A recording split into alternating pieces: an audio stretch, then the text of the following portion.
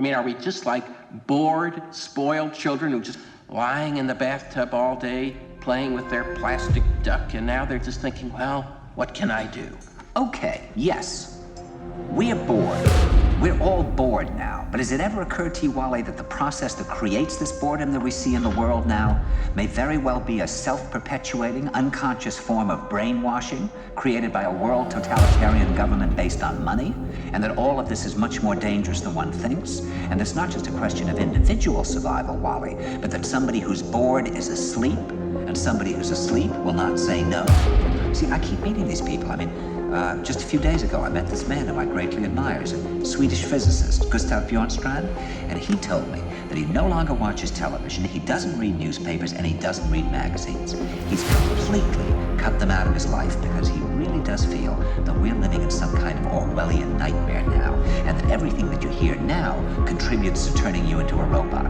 When I was at Findhorn, I met this extraordinary English tree expert who had devoted his life to saving trees. He just got back from Washington, lobbying to save the redwoods. He's 84 years old. He always travels with a backpack because he never knows where he's going to be tomorrow. And when I met him at Findhorn, he said to me, "Where are you from?" And I said, "New York." He said, "New York, yes, that's a very interesting place. Do you know a lot of New Yorkers who keep talking about the fact that they want to leave but never do?" And I said, "Oh, yes." And he said, "Why do you think they don't leave?"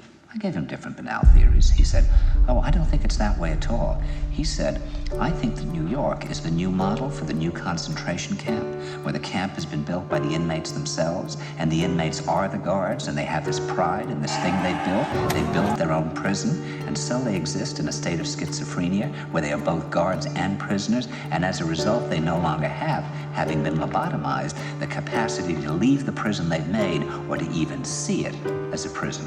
And then he went into his pocket and he took out a seed for a tree and he said, "This is a pine tree." He put it in my hand and he said, "Escape before it's too late."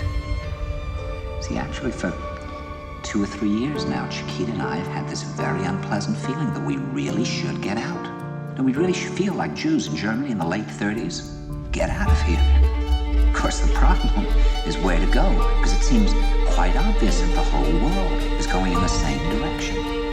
See, I think it's quite possible that the 1960s represented the last burst of the human being before he was extinguished, and that this is the beginning of the rest of the future now, that from now on there'll simply be all these robots walking around, feeling nothing, thinking nothing, and there'll be nobody left almost to remind them that there once was a species called a human being, with feelings and thoughts, and that history and memory are right now being erased, and soon nobody will really remember that life existed on the planet.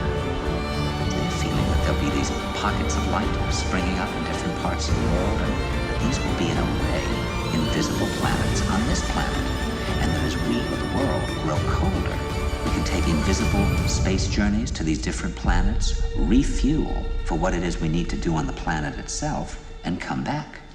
And it's their feeling that there have to be centers now where people can come and reconstruct a new future for the world. And when I was talking to Gustav Bjornstrand, he was saying that actually these centers are growing up everywhere now. And that what they're trying to do, which is what Findhorn was trying to do, and in a way, what I was trying to do. I mean, these things can't be given names, but in a way, these are all attempts at creating a new kind of school or a new kind of monastery. And Bjornstrand talks about the concept of reserves, islands of safety, where history can be remembered and the human being can continue to function in order to maintain the species through a dark age. In other words, we're talking about an underground, which did exist in a different way during the Dark Ages among the mystical orders of the Church. And the purpose of this underground is to find out how to preserve the light, life, the culture, how to keep things living. You see, I keep thinking that what we need is a new language, a language of the heart. Languages in the Polish forest where language wasn't needed. Some kind of language between people that is a new kind of poetry. That's the poetry of the dancing bee that tells us where the honey is.